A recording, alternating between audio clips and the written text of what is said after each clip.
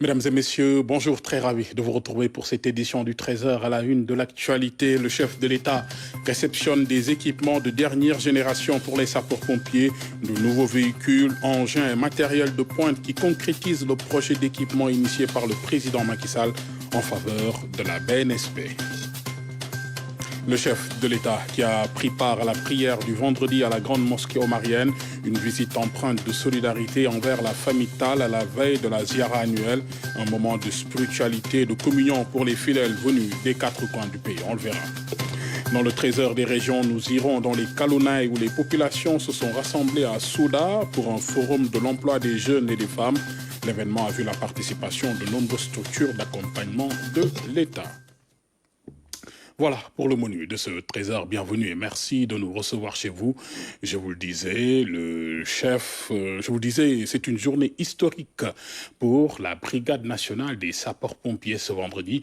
Le chef de l'État a présidé la cérémonie de réception de nouveaux véhicules, engins et matériel de pointe. Ce mobilier de dernière génération concrétise le projet d'équipement initié par le président Macky Sall en faveur de la BNSP. C'est un compte-rendu de Marigny.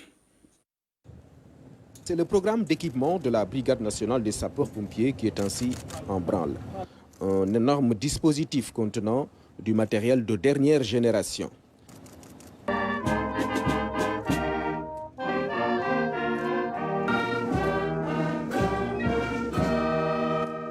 Le président Macky Sall concrétise ainsi sa vision, donnant à la BNSP les moyens à la mesure de sa mission.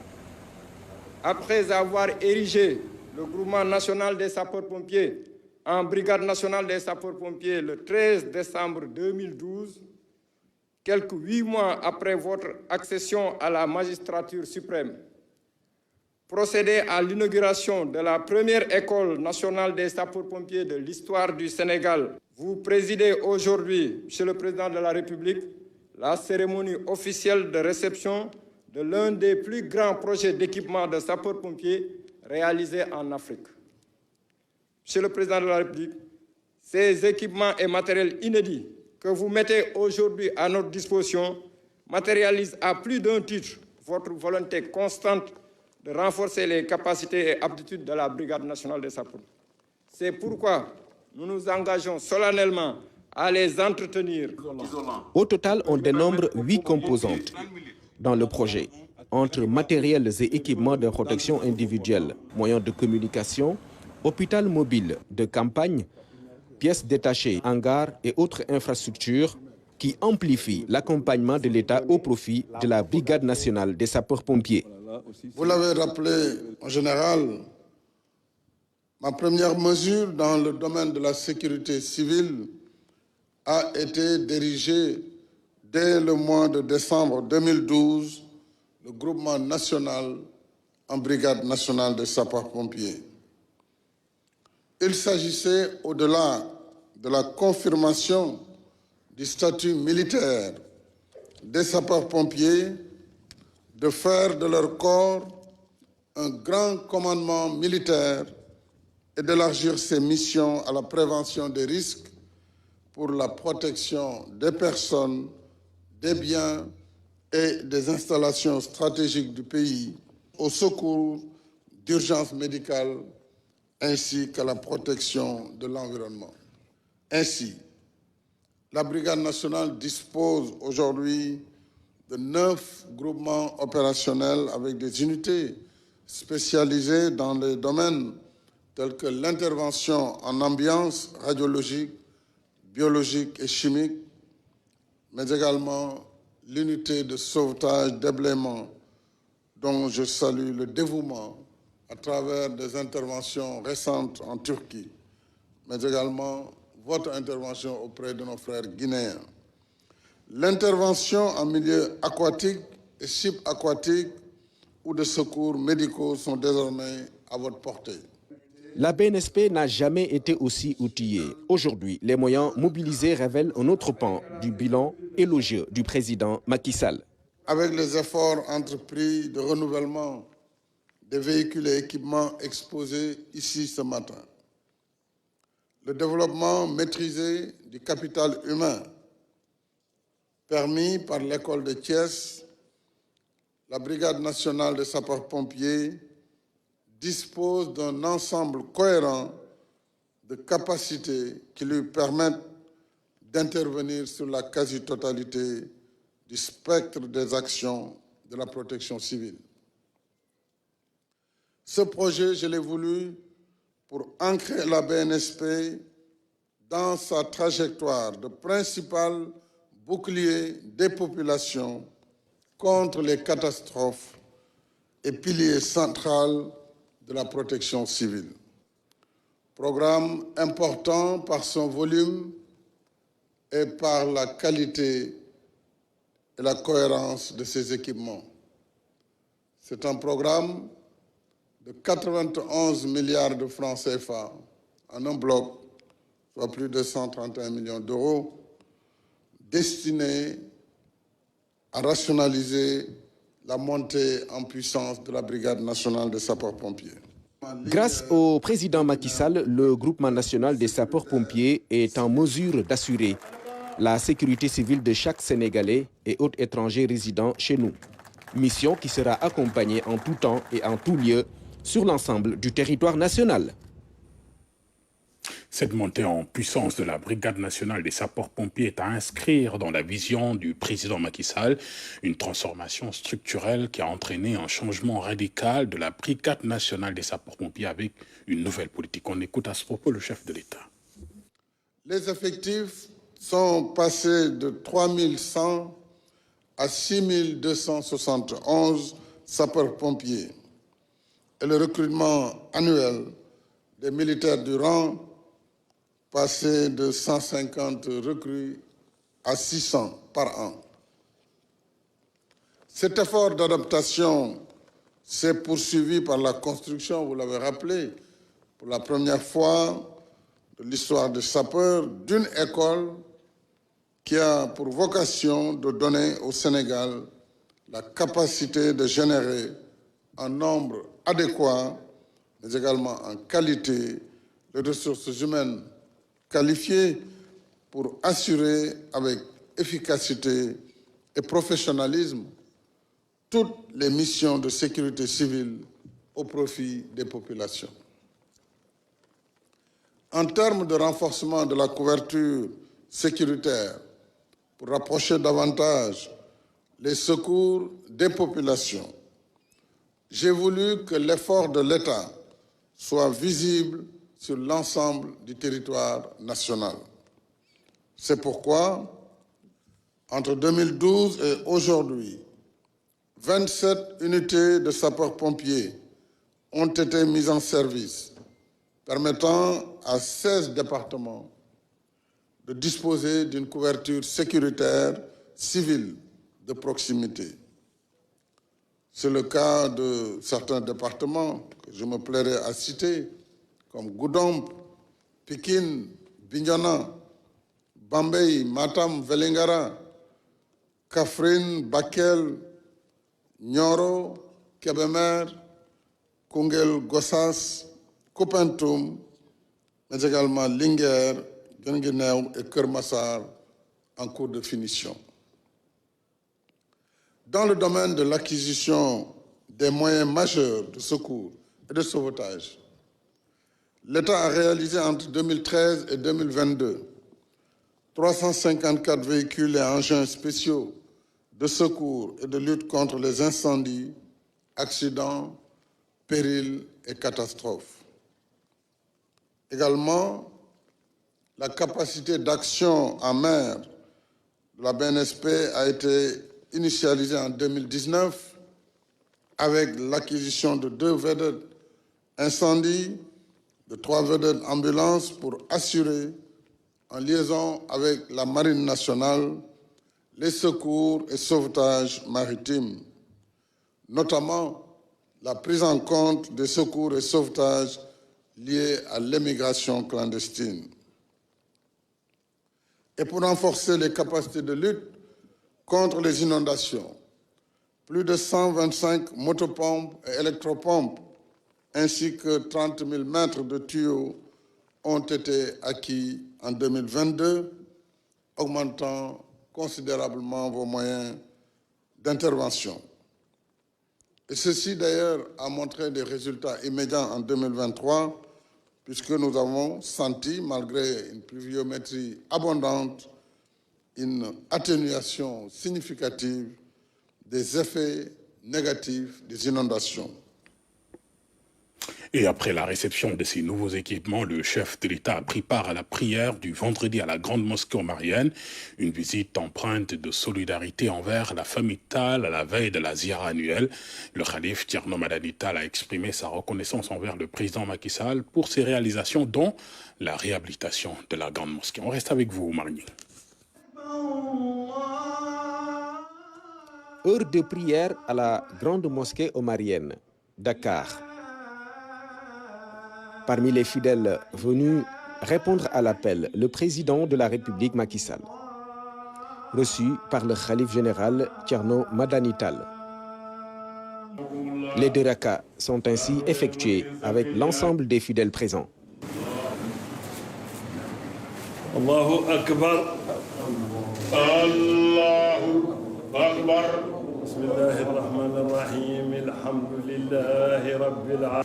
اهدنا الصراط المستقيم صراط الذين أنعمت عليهم غير المغضوب عليهم ولا الضالين. الله أكبر. الله أكبر. سمع الله لمن حمده. ربنا ولك الحمد. الله أكبر. الله أكبر. الله أكبر. السلام عليكم. À la fin de la prière, place au témoignage. Le geste qu'effectue le président Macky Sall est très apprécié. La famille omarienne se félicite des actes posés par le chef de l'État au profit de l'ensemble des familles religieuses. Thierno Madani Tall et ses frères le rappellent à juste raison. Témoignage de sa foi et de sa générosité qui se lit dans le bilan du chef de l'État à la tête du pays. Leynan yow son excellence albarka. Albarka yitin golma yimbe si population Sénégal. Ne albarka si yeg bi nga am si population Sénégal. Albarka e badalma e Sénégal fof. Albarka waat si yeg li ngay def si Sénégal gépp. La venue du président Macky Sall est un prélude à la 43e édition de la Ziyara omarienne, commémorant le rappel à Dieu de Thierno Seydou Nourou Tall et Thierno Mountaga Ahmed Tall. L'événement a lieu au moment où la grande mosquée en réhabilitation est quasiment terminée. La famille a remercié le président Macky Sall pour sa contribution significative qui a été déterminante. Pour sa part, le chef de l'État a rappelé les relations avec la famille qui datent de très longtemps. Ici, il est donc venu en tant que membre de la famille. Justifiant la réhabilitation de la grande mosquée omarienne, le chef de l'État dit l'inscrire dans la reconnaissance que la Oumma doit à El Hadj Omar Foutiyou Tall, dont l'œuvre a permis à l'islam de rayonner au Sénégal, en Afrique et dans le monde. C'est donc un devoir pour lui. Il a remercié la famille omarienne pour son accompagnement durant sa mandature, qui se termine avec beaucoup de satisfaction. Témoins de l'événement, plusieurs représentants de familles religieuses, dont Habib Sy Mansour, qui confortent les remerciements et gratitudes du Khalif général Thierno Madani Tall au nom du Khalif général des Tijanes, Serigne Babacar Sy Mansour. Notez qu'une délégation du Royaume du Maroc était également présente à la grande mosquée omarienne à Dakar. Les fidèles se sont unis lors de la prière du vendredi à la mosquée omarienne pour formuler des prières ferventes mettant en avant la paix et la sécurité au Sénégal et dans le monde. Cette journée particulière coïncide avec la Ziyara annuelle dédiée à Thierno Seydou Nourou Tall et Thierno Mountaga Tall, un moment de spiritualité et de communion pour les aspirations de paix universelle. Mamoudou Sakine. Allahu Akbar.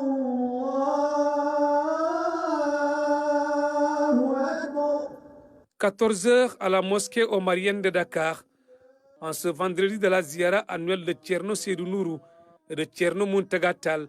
Ils sont des milliers de fidèles à prendre part à la prière. Allahu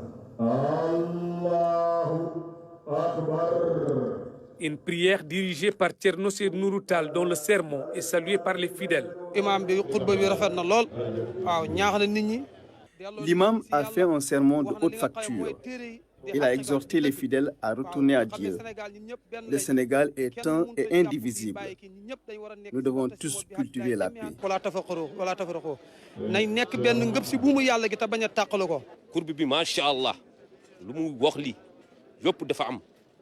Nous remercions Dieu. L'imam a tout dit dans son sermon.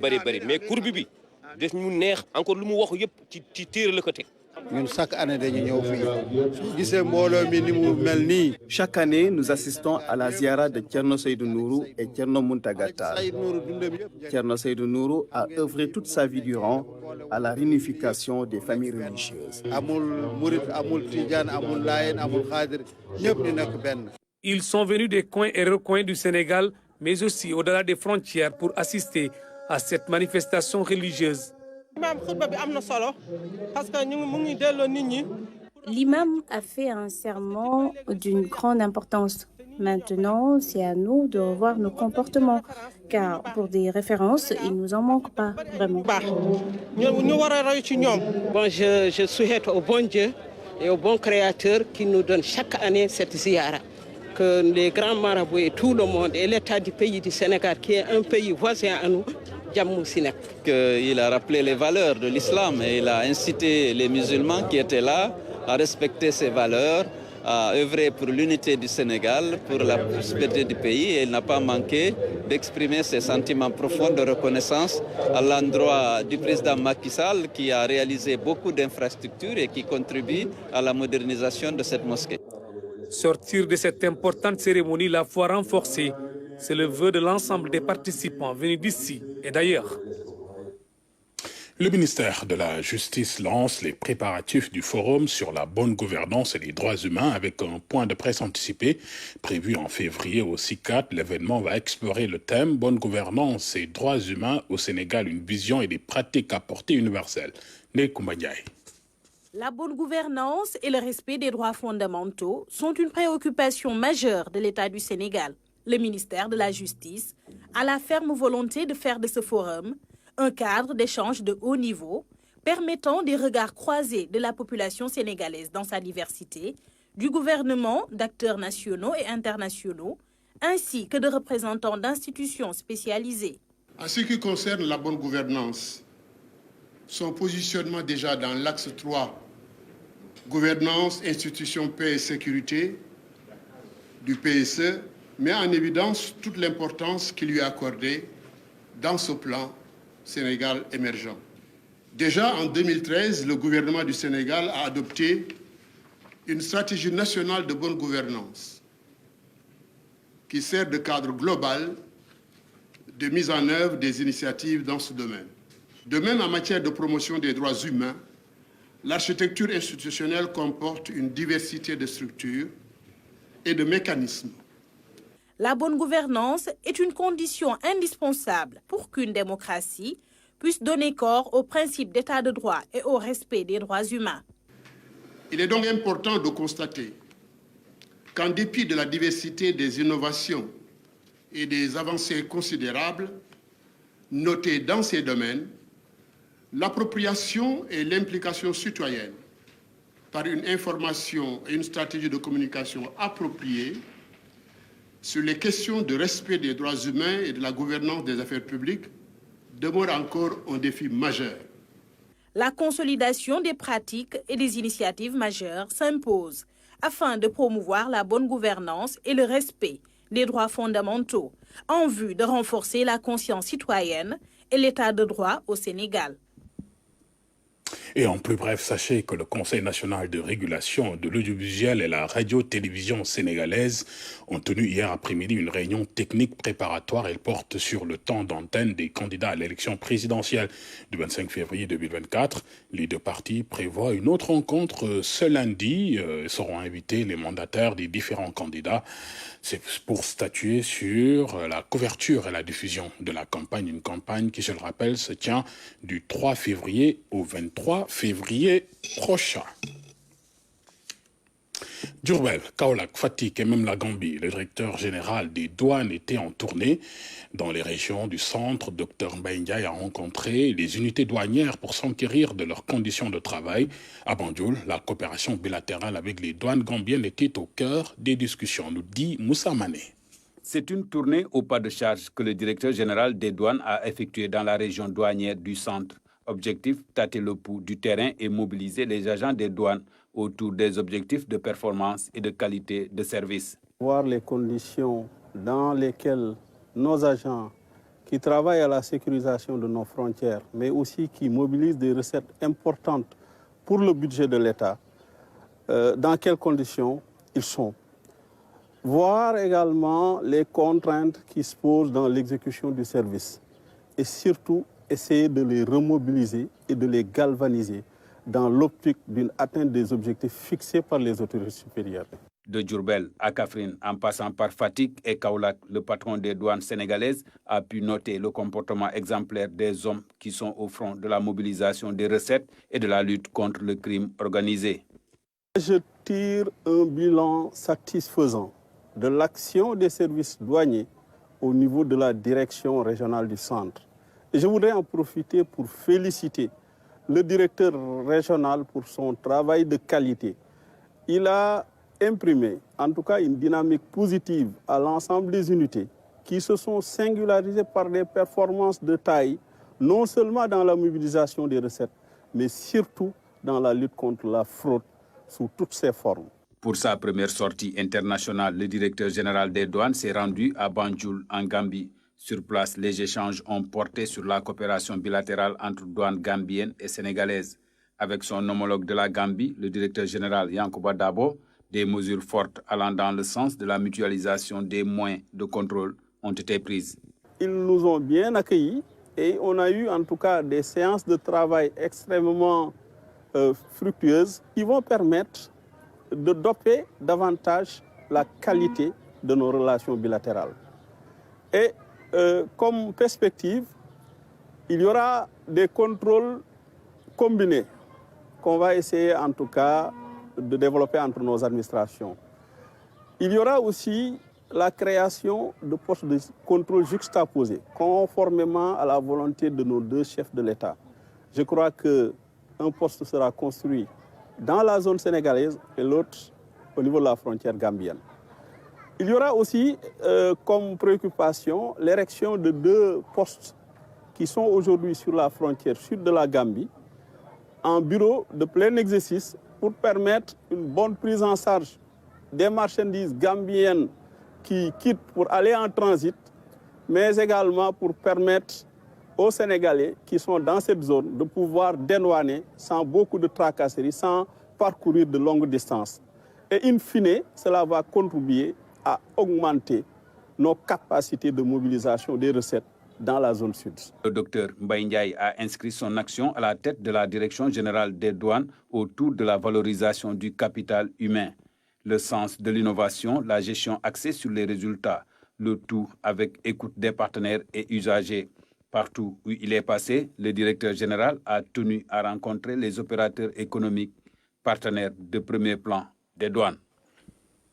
Ce samedi, Thiès accueille la célébration de la Journée internationale des douanes marquée par le thème « Pour une douane mobilisant des partenaires historiques et nouveaux autour d'objectifs clairs ». Le directeur de la facilitation et du partenariat avec les entreprises est revenu sur le sens et la pertinence du thème choisi. Je vous propose d'écouter Mohamedine Oumarba, il était l'invité du JT de 20h. Nous avons l'Organisation mondiale des douanes qui est l'organe fêtière des administrations des douanes du monde. Elle a été créée le 26 janvier 1953 avec comme première appellation le Conseil de coopération douanière. Donc en fait, c'est l'anniversaire de la création de l'organisation que nous fêtons. Et il est de tradition que chaque année, l'Organisation mondiale fixe un thème d'actualité et demande à tous les pays membres de développer le même thème dans leur pays. Aujourd'hui, l'organisation compte 185 pays. Le thème nous donne mobilisant ses partenaires historiques et nouveaux pour des objectifs clairs.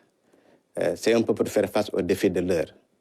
La douane ne peut plus aujourd'hui assurer sa mission seule de sécurisation de la chaîne logistique internationale.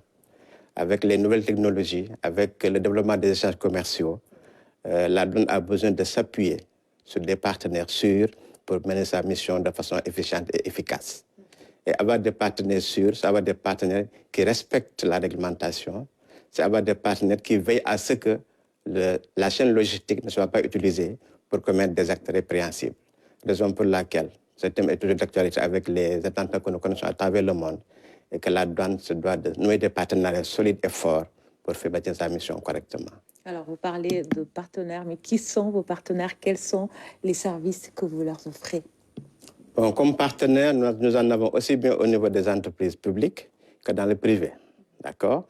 Dans le public, nous avons l'aéroport international, AIBD SA, nous avons le port autonome de Dakar. Ce sont des partenaires historiques avec qui la douane travaille depuis très longtemps. Nous avons récemment un partenaire avec les chemins de fer du Sénégal, étant donné qu'il est prévu le redémarrage des activités. Oui. D'accord? Et la douane va accompagner la Société nationale des chemins de fer pour mettre en place au niveau de Tamba un magasin et aire de dédouanement qui lui permettra de pouvoir y stocker des marchandises qui n'ont pas encore été dédouanées à destination du Mali ou en provenance du Mali. D'accord? L'idée de ce que nous attendons de ce partenariat, les attentes. Les attentes. Donc, d'abord, ce que nous offrons, je pense que ce que nous offrons d'abord dans le cadre du partenariat, vous savez, la règle quand vous importez, la règle c'est de payer les droits dès que vous franchissez le cordon douanier. C'est ça la règle. Maintenant, l'administration des douanes, pour accompagner ses partenaires, a mis en place des régimes économiques particuliers qui permettent aux opérateurs économiques de pouvoir importer, de pouvoir utiliser les marchandises avant de payer les droits. Donc, on suspend les droits. Vous avez le cas des sociétés de commerce, par exemple, qui peuvent importer en grande quantité et qui peuvent mettre ces marchandises dans un entrepôt de stockage sous douane et de payer les droits de douane au fur et à mesure des ventes. Ça leur permet de gérer le trésorerie. Vous avez le régime, par exemple, de l'entrepôt industriel qui permet aux industriels d'importer de la matière première. La douane suspend les droits et taxes sur ces matières premières. On leur laisse le temps de faire la transformation et de commercialiser le produit fini.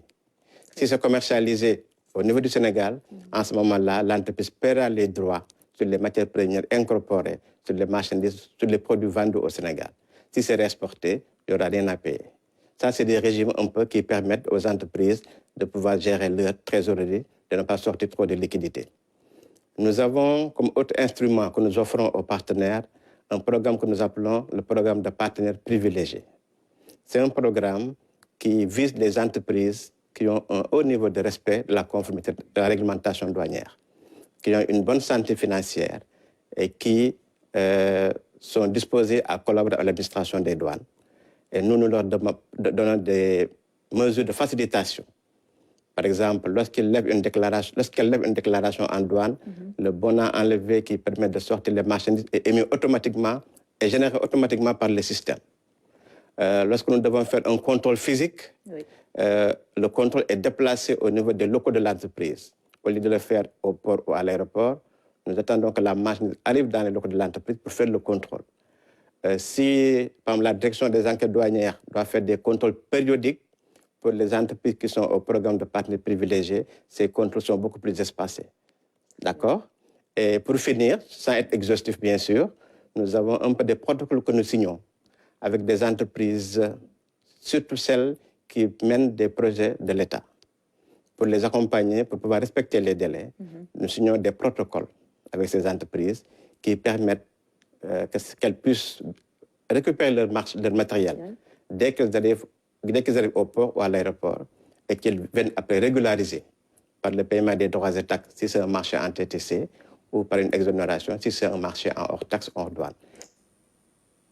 Et je rappelle que la Journée internationale des douanes est célébrée ce samedi à Thiès et nous y reviendrons bien évidemment dans nos prochaines éditions. Et justement, à la veille de cette Journée internationale, nous vous proposons une immersion au cœur de l'unité d'élite du GPR, le groupement polyvalent de recherche et de répression des fraudes douanières, basé à Thiès mais opérant à l'échelle nationale. Cette unité héroïque se bat contre la fraude, le trafic illicite de stupéfiants, le blanchiment d'argent et toute autre infraction douanière.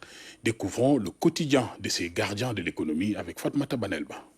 Au groupement polyvalent de recherche et de répression des fraudes douanières, les hommes sont toujours aux aguets, prêts à l'intervention. Ce matin-là, le lieutenant Djidjou, chef de la brigade polyvalente numéro 2 au GPR, reçoit un appel anonyme d'un de ses informateurs, faisant état d'un important chargement de chanvre indien dans la forêt de Bandia. Alors, mon lieutenant. Oui. Nanga def. maa ngi sant yàlla alhamdulilah. léegi saret yi ma doon surveiller saretu fas yi. yeboon yambaay ñu ngi ni di jéggi forêt Bandian. ñoo ngi ci forêt Bandian. waaw ñu ngi ñuy jéggi forêt Bandian. xam naa soo mënee gaaw rek ak sa troupe. Pas de temps à perdre, il faut rassembler rapidement les troupes.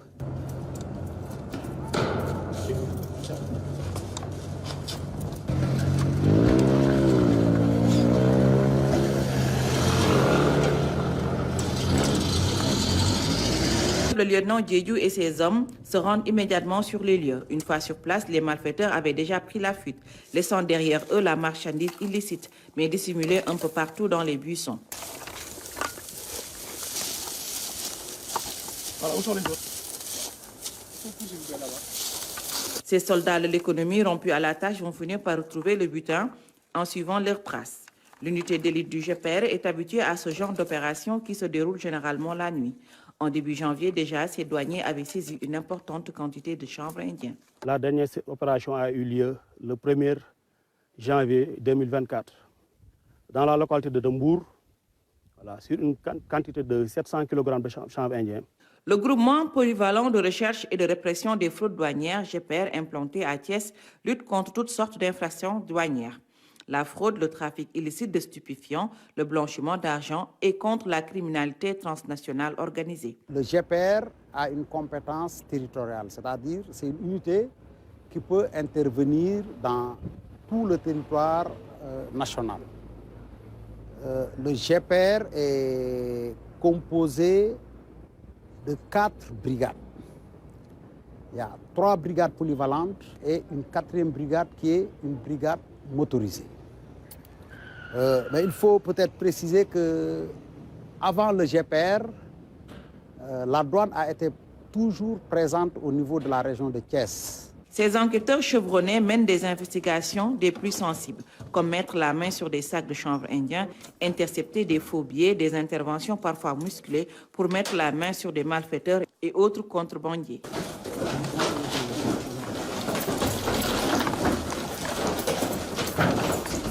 Pratiquement toutes les unités qui sont des unités d'élite. Parce que vu le travail qui est effectué, que ce soit au niveau des bureaux, que ce soit au niveau des autres subdivisions, bon, on peut dire que toutes les unités douanières sont des unités d'élite. Ces unités d'élite sont aussi sur la nationale numéro 1. La présence des douaniers est fixe et permanente. Ils surveillent les entrées et les sorties de tous les véhicules entrant ou sortant de Dakar. Thiès étant une ville carrefour stratégique, un dispositif particulier est mis en place afin qu'aucun malfaiteur n'échappe entre les mailles du filet. Si tout a l'air en règle sur ce véhicule à conteneur, le lieutenant Abdoulaye Gueye et ses hommes interpellent le chauffeur pour avoir une idée de la marchandise transportée.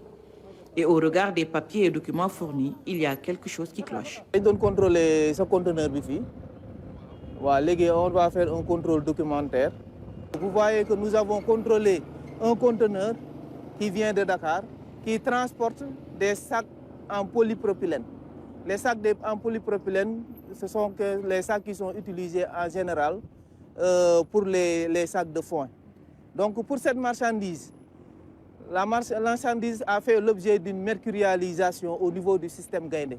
C'est-à-dire, il y a une valeur minimale à appliquer à la tonne ou bien au kilo. N'est-ce pas? Maintenant, si la marchandise est importée et que la valeur à déclarer n'est pas respectée, c'est une infraction douanière. Rattaché à la direction des opérations douanières DOD, le GPR exerce souvent des saisies importantes et joue un rôle fondamental dans la sécurisation des populations et du pays contre les fléaux des temps modernes. Pour le moment, nous avons à peu près une trentaine d'hommes qui sont répartis entre les différentes brigades. Mais aujourd'hui, l'autorité douanière a décidé de faire monter justement ce groupement en puissance. Donc c'est pour cela tout le matériel, pratiquement tout le matériel a été renouvelé. Le GPR aussi est aujourd'hui doté de véhicules neufs, renforcés Et aujourd'hui, le GPR va revivre surtout avec l'arrivée des motos qui vont vraiment faire fonctionner à 100% la brigade motorisée. Les hommes du lieutenant-colonel Ibrahima Kamara subissent souvent des formations et des renforcements de capacités sur leur domaine de compétences et l'évolution des délits douaniers et des droits de douane. Et pour plus de performance, ils ont à leur disposition une salle de sport moderne équipée de matériel de dernière génération pour plus d'efficacité dans les interventions. Les échos de la Canon Côte d'Ivoire à quelques jours de l'affiche tant attendue entre le Sénégal et la Côte d'Ivoire en huitième de finale. La quête de billets devient un défi pour les supporters des deux équipes. La file d'attente à la fondation Félix Houphouët-Boigny s'allonge, laissant planer l'incertitude quant à la possibilité des billets pour tous les fervents supporters. Sabassi Faye et Fatmata Savané. À 72 heures de l'affiche Sénégal-Côte d'Ivoire, trouver et acheter un billet est une casse-tête pour les supporters sénégalais, mais aussi ivoiriens. Depuis hier à 19h, nous sommes là pour l'achat d'un ticket.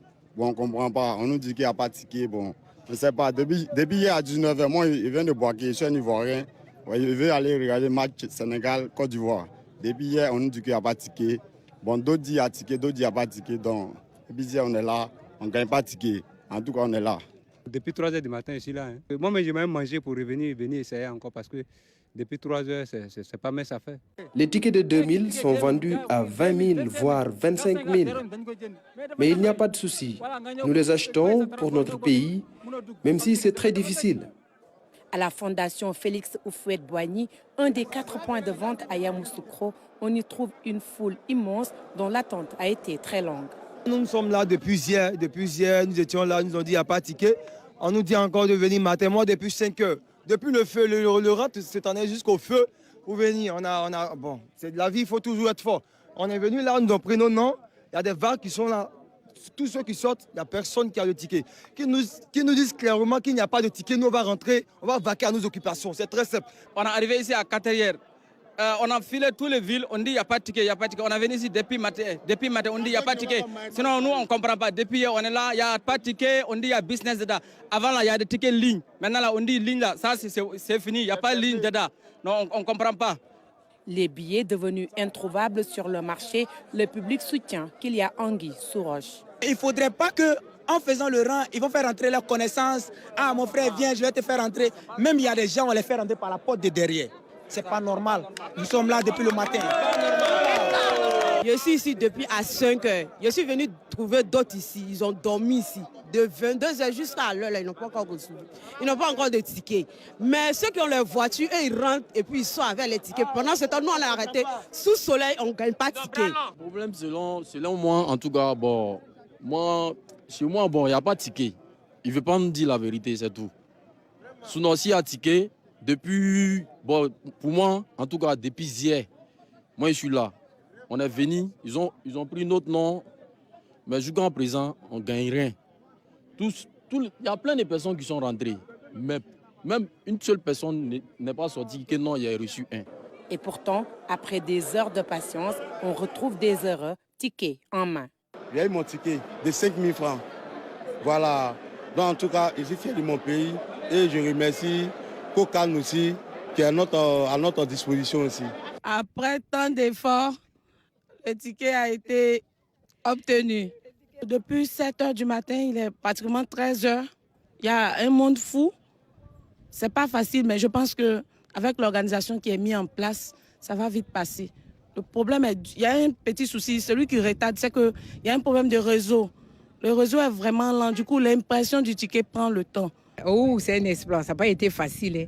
Mais au bout de l'effort, voilà, on a la joie, quoi. On a pu avoir le ticket. À quelques heures de cette affiche très attendue dans cette Coupe d'Afrique des Nations, la bonne humeur prime toujours, mais l'inquiétude de ne pas avoir de billets est plus perceptible chez les supporters. À Yamoussoukro, la prière du vendredi a été effectuée en présence de nombreux fidèles.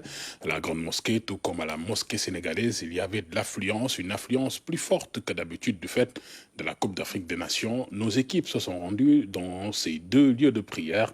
C'est un reportage de Massiré Faye, Mamoudou Fall, Pape Mamoudou Sek et Ibrahim Mboup. À quelques 500 mètres de la basilique de la paix de Yamoussoukro, la grande mosquée de la ville. Un symbole fort, symbole d'une cohabitation pacifique entre musulmans et chrétiens. Tous les deux édifices religieux ont été construits grâce à Félix Houphouët-Boigny, le premier président du pays.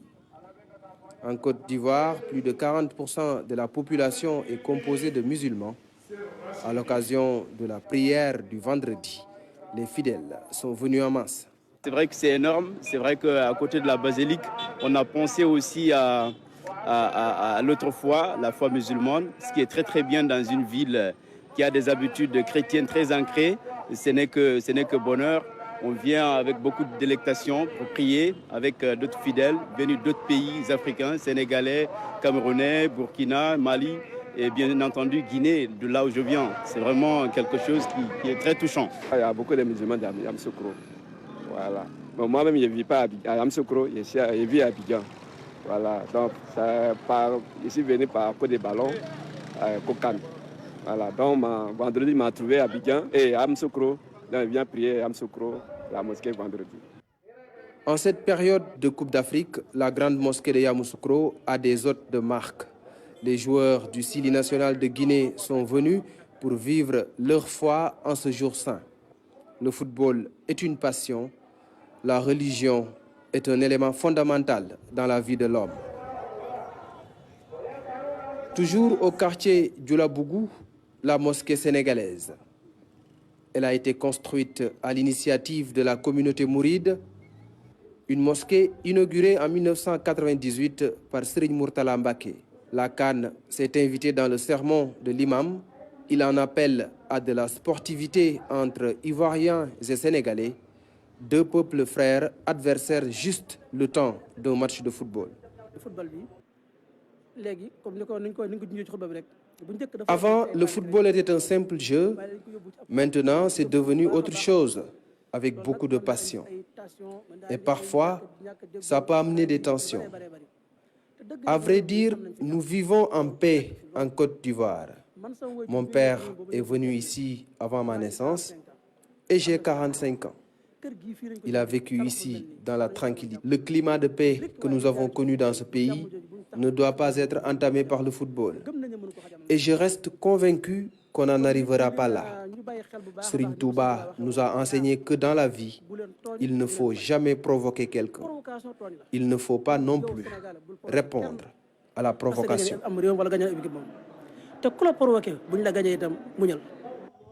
Les ressortissants sénégalais ont prié dans la ferveur, sans oublier l'équipe nationale. Oui, on est venu prier pour l'équipe du Sénégal, pour aussi notre victoire face à la Côte d'Ivoire. Et puis nous sommes venus aussi chercher les tickets pour les supporters du 12e Gandé de Boaké. Nous sommes derrière l'équipe. Nous ne cessons de prier pour les Lions pour une victoire éclatante.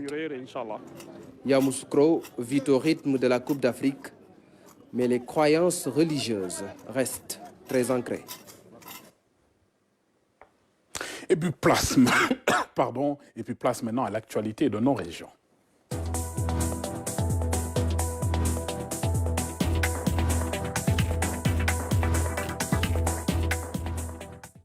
Et puis Saint-Louis, vous le savez, va vibrer ce week-end au rythme des Journées mondiales de la jeunesse, un événement religieux d'envergure qui va rassembler 30 000 jeunes du Sénégal et de la sous-région.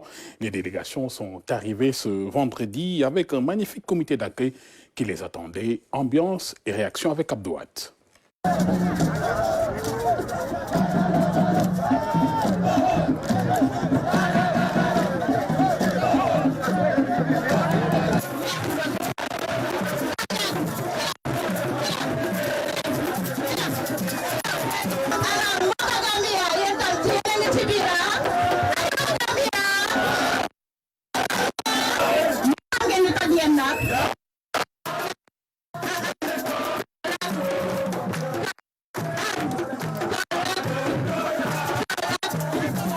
Ceux qui espèrent dans le Seigneur, ils sont unis. Ce jour, au nom du Père et du Fils et du Saint-Esprit. Amen. Dans les Mémorable. Cette journée va être mémorable. Nous sommes heureuses d'accueillir tout le Sénégal ici à Saint-Louis. Wow, parce que mbégte rombul fii daal le fait que ñu taxaw fii di leen accueillir par kenn après dajeeg ñoom ci site yi et tout ça. La ca des moo nar a dàq nee naa bu fekkee dafa nar a kii bu naree demee beneen côté dañ koy annuler ba beneen yoon. Yàlla ñu woo tey Saint-Louis quoi ñu wuy si. Non franchement instant yi moom ça vient que commencer quoi il va dugg ci biir la nar a gën a yëg normal déjà on a dit journée mondiale de la jeunesse nous sommes jeunes nous devons être enthousiastes nous devons être aussi dynamiques dans le Christ comme dans toute activité.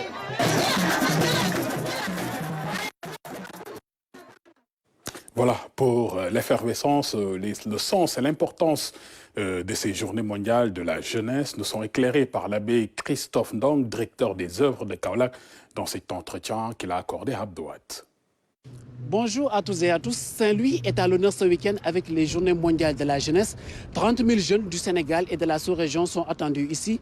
Hier, on a assisté à l'arrivée des délégations des différents diocèses de Dakar, de Kaolack et d'autres régions du Sénégal. Il y a un programme riche qui nous attend aujourd'hui. Et justement pour en parler, j'ai le plaisir de recevoir à mes côtés l'abbé Christophe. Bonjour abbé. Bonjour. Donc, je rappelle que vous êtes directeur des œuvres de Kaolack. Donc, aujourd'hui, 30 000 jeunes sont réunis ici au niveau de Saint-Louis. Comment on peut expliquer une telle ferveur? Voilà, rassembler 30 000 jeunes dans le cadre de la célébration des Journées mondiales de la jeunesse, c'est un événement fort, mais cela manifeste déjà le regain de foi des jeunes. Pour montrer que déjà, au-delà des autres activités, des autres préoccupations, aujourd'hui, ces jeunes sont occupés, je dirais même, par l'événement religieux. Un événement religieux qui va au-delà de l'aspect circonstanciel. Ça veut dire que cela regroupe des jeunes qui sont venus de divers horizons, des 7 diocèses du Sénégal, mais même de la sous-région. Nous avons accueilli des délégations du Cap-Vert, de la Mauritanie, de la Gambie, donc de la Côte d'Ivoire. Et donc cela manifeste aussi déjà cette symbiose, mais cette diversité culturelle qui devient une richesse. L'expression aussi de la jeunesse se vit quelque part dans ce rassemblement-là. Avoir autant de jeunes rassemblés, 30 000 jeunes, cela pousse à pouvoir se dire, mais qu'est-ce qui les motive? Qu'est-ce qui les anime? Mais qu'est-ce qui aussi fait mouvoir tant de jeunes pour pouvoir se rassembler? Au-delà même des conditions qui peut-être ne répondent pas à leurs attentes, mais quel doit être aussi le point focal de l'attente de ces jeunes, qui peut aussi déjà faire aussi l'attraction.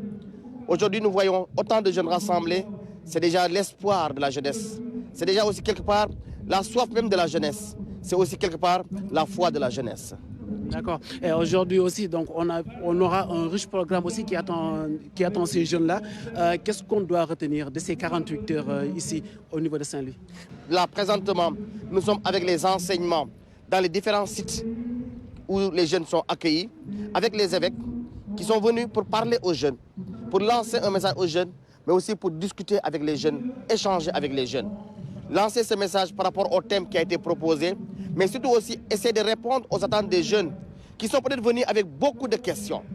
Après l'enseignement dans la matinée, en fin de matinée, nous aurons donc la messe, comme pour rendre grâce à Dieu après ce temps de partage. Mais aussi déjà présenter à Dieu ce que nous allons exprimer l'après-midi dans l'accueil de la croix. La croix des JMJ est aussi un moment fort, l'accueil de la croix. C'est là aussi pour manifester aux jeunes leur foi qui doit être liée à la personne du Christ. C'est le Christ qui les appelle, c'est le Christ qui les invite à le suivre et donc à porter chacune sa croix. Donc nous aurons l'accueil de la croix, mais selon un rituel qui manifestera déjà la vie des jeunes dans le contexte actuel. La croix qui vient s'implanter dans la vie des jeunes. L'arrivée de la croix avec la marine de l'air qui sera réceptionnée par les pirogues qui feront une traversée comme pour inviter les jeunes à ne plus prendre le sens contraire pour aller vers l'Eldorado, vers l'extérieur, avec l'immigration clandestine, mais aujourd'hui pour montrer aux jeunes qu'il est bien possible de garder espoir et de traverser avec le Christ vers l'autre rive, là où nous pouvons trouver le salut. Et après l'accueil de la croix, nous aurons maintenant l'expression culturelle avec le carnaval. Nous serons guidés par déjà la culture de Saint-Louis qui nous accueille, mais chaque diocèse aura aussi une expression culturelle, une expression de son ethnie, une expression de sa localité. Donc le soir, quand nous aurons fini le carnaval, nous aurons la veillée religieuse au niveau du stade, où les jeunes maintenant auront un temps de prière personnel, mais aussi un temps de prière communautaire. Puisqu'ils sont venus, d'accord, pour vivre leur foi, mais ils sont venus personnellement, chacun, pour rencontrer Dieu à travers l'autre. Le lendemain dimanche, nous aurons alors la grande célébration, la grande messe, l'Eucharistie, qui sera comme le sommet de la célébration de cette 38e édition des Journées mondiales de la jeunesse. Donc on ne peut pas parler des Journées mondiales de la jeunesse sans pour autant évoquer le thème. Ceux qui espèrent en moi marchent sans se fatiguer, c'est ça donc le thème. Qu'est-ce que ça doit inspirer? Qu'est-ce qu'on doit comprendre à partir de ce thème? Aujourd'hui, à travers ce thème, nous voulons inviter les jeunes à reprendre espoir. À reprendre espoir par rapport même à ce qu'ils sont aujourd'hui. Car nous le savons, la jeunesse, c'est l'espérance, c'est l'espoir de demain. Donc comment aujourd'hui inviter les jeunes à continuer leur marche dans ce monde d'aujourd'hui en profonde mutation? C'est d'abord leur permettre, le chômage est là, mais certains ont tendance à vouloir relever le défi au point de sombrer dans la clandestinité ou dans l'immigration clandestine. D'autres aujourd'hui sont désespérés au point de sombrer dans le banditisme, dans le vol, dans le trafic. D'autres ont perdu espoir au point simplement de rester là à ne rien faire. Le Christ nous invite aujourd'hui, comme ces ouvriers, à chacun, chacune, selon son heure, pour pouvoir aller à sa vigne, mais aussi pour pouvoir accueillir les grâces de Dieu. D'accord. Donc, merci beaucoup, Abbé, pour toutes ces précisions. Donc, je rappelle qu'à l'instant, c'était l'abbé Jean-Christophe donc, qui était avec nous donc, pour nous préciser l'importance de ces Journées mondiales de la jeunesse.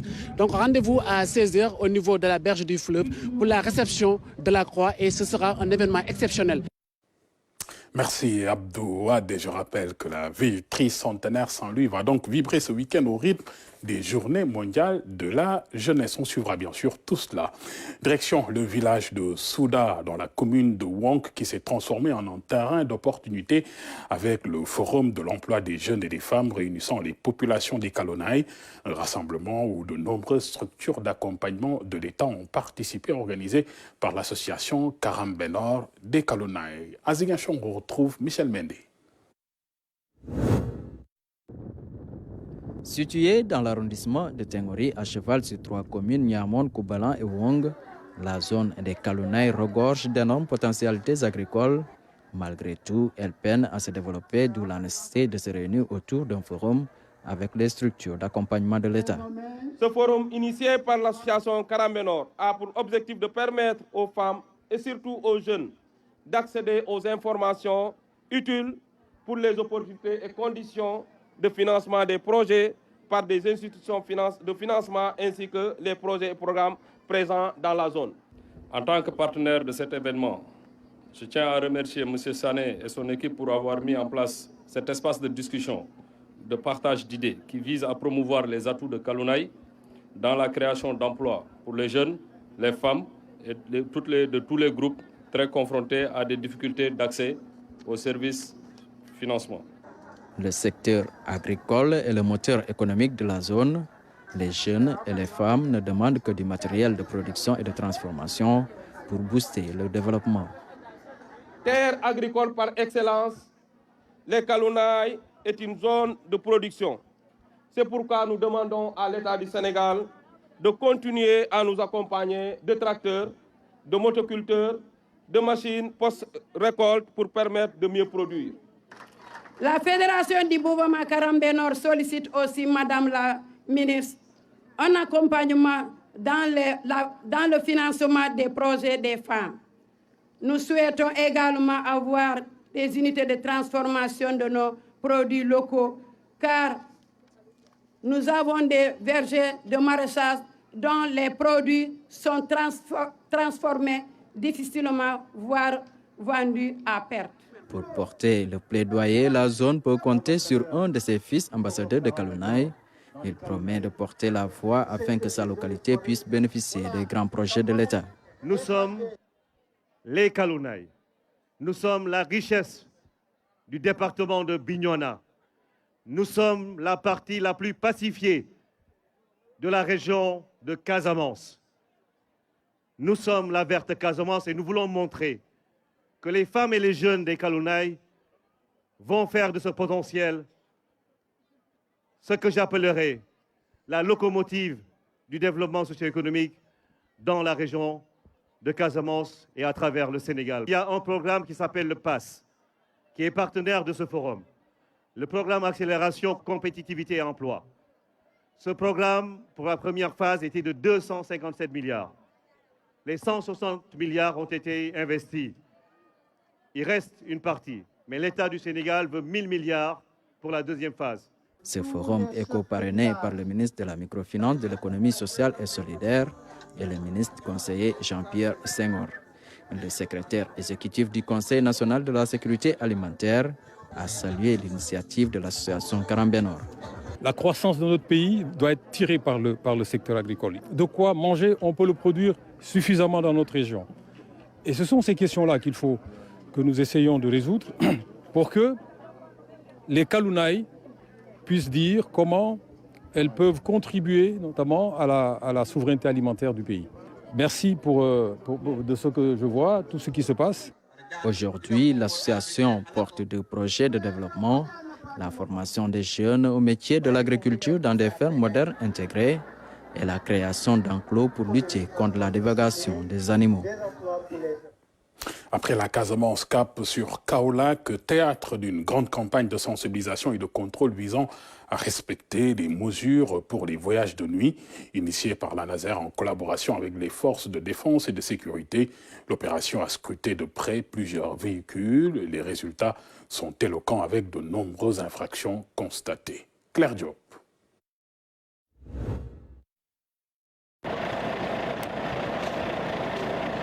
Opération coup de poing à Kaolack pour évaluer l'état d'exécution des mesures prises par le gouvernement en ce qui concerne l'interdiction du transport interurbain entre 0h et 5h du matin. La Naser, Agence nationale de sécurité routière, a déployé ses agents sur le terrain. Objectif visé, faire l'état des lieux. Aussi sensibiliser les acteurs, pousser à une prise de conscience pour le respect des règles établies dans le seul but d'éradiquer les cas d'accident. Sur les 22 véhicules contrôlés, 20 ont violé la mesure. Comportement détecté, non-port de ceinture, absence de visite technique, transport de marchandises sans autorisation, surcharge de passagers, entre autres infractions. Une situation fortement déplorée car expose les usagers à de nombreux dangers. Un suivi strict sera fait pour un retour à la normale. Dans la démarche, la Naser collabore avec les forces de défense et de sécurité, ce qui a permis d'obtenir de tels résultats. Il est prévu des sanctions pour chaque cas d'infraction, mais la sensibilisation est prônée pour créer des conditions plus sécurisées.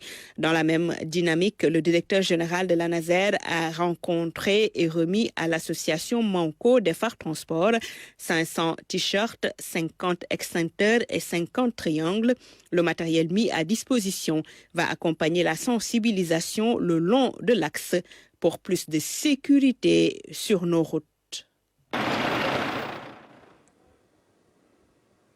Ainsi va l'actualité de ce samedi après-midi, mesdames et messieurs. Merci de nous avoir suivis. Merci de votre attention et de votre fidélité. Je vous souhaite une agréable journée. Un bon appétit pour ceux qui sont à table.